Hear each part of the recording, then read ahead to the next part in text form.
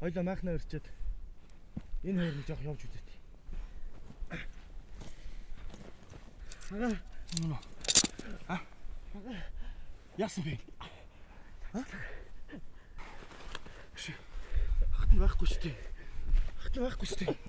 Даваач гээ. Тусгууд үзээ. Чи одоо тэнэг юм уу? Эсвэл албаар ингэж ид юм уу?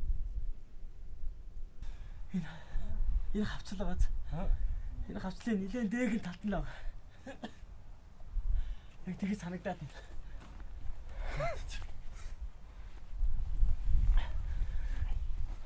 Явц ордог гараа. Энийг болгоомжтой гараарай.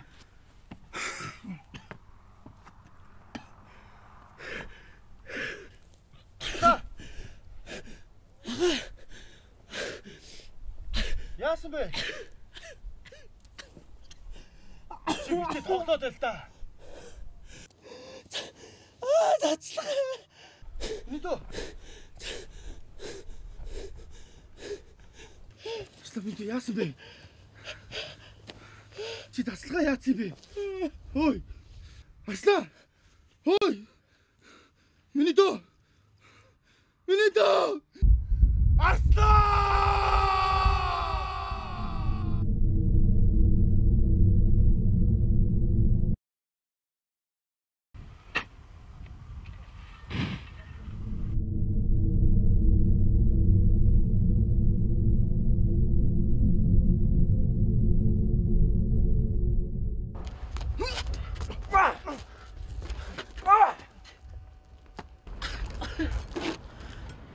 Дуулчин хүнд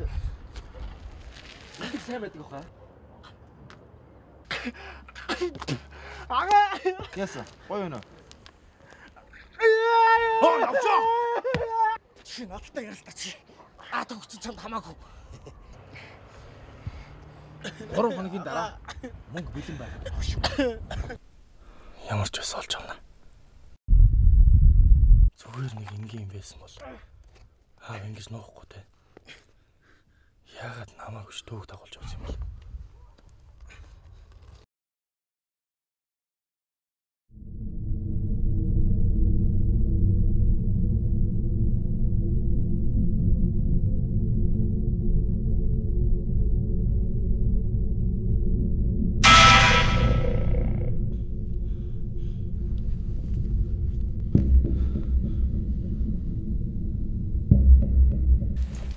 Миний дүүгийн доонууд чинь хийд болж байгаа юм шүү дээ.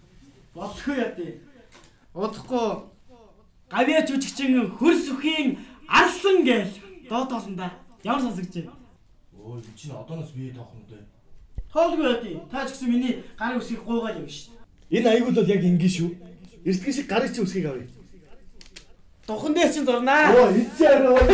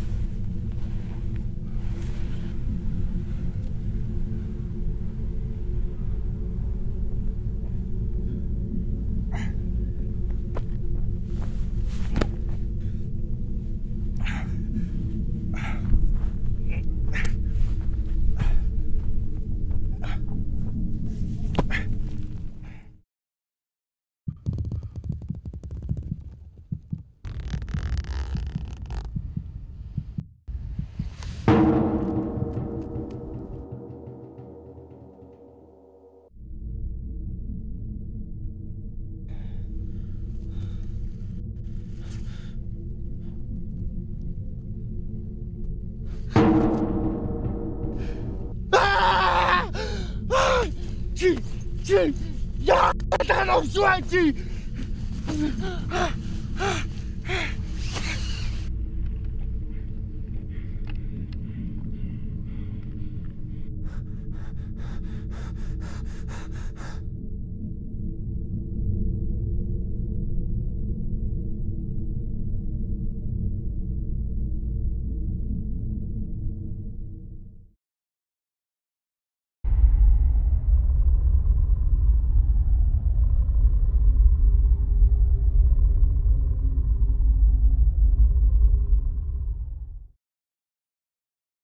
Тэгэхээр сомнобулизм буюу зүүдэндээ явах нь өвчин бус харин сэтгэц мэдрэлийн гүн хямралтай холбоотой нэгэн шигнж тэмдэг юм. Тэгэхээр энэ хямралд нь хүнд гомдсон гомдол, ямар нэг юмнаас айсан айдас, түгшүүр зэрэг хүчин зүйлүүд хамгийн гол нөлөө үзүүлдэг. Энэ үзэгдэл нь 10-аас 30 минут үргэлжилдэг бөгөөд тухайн хүн зүүдэндээ ямар нэгэн үйлдэл хийснээ дараа нь буюу маргааш нь огт санддаг байна.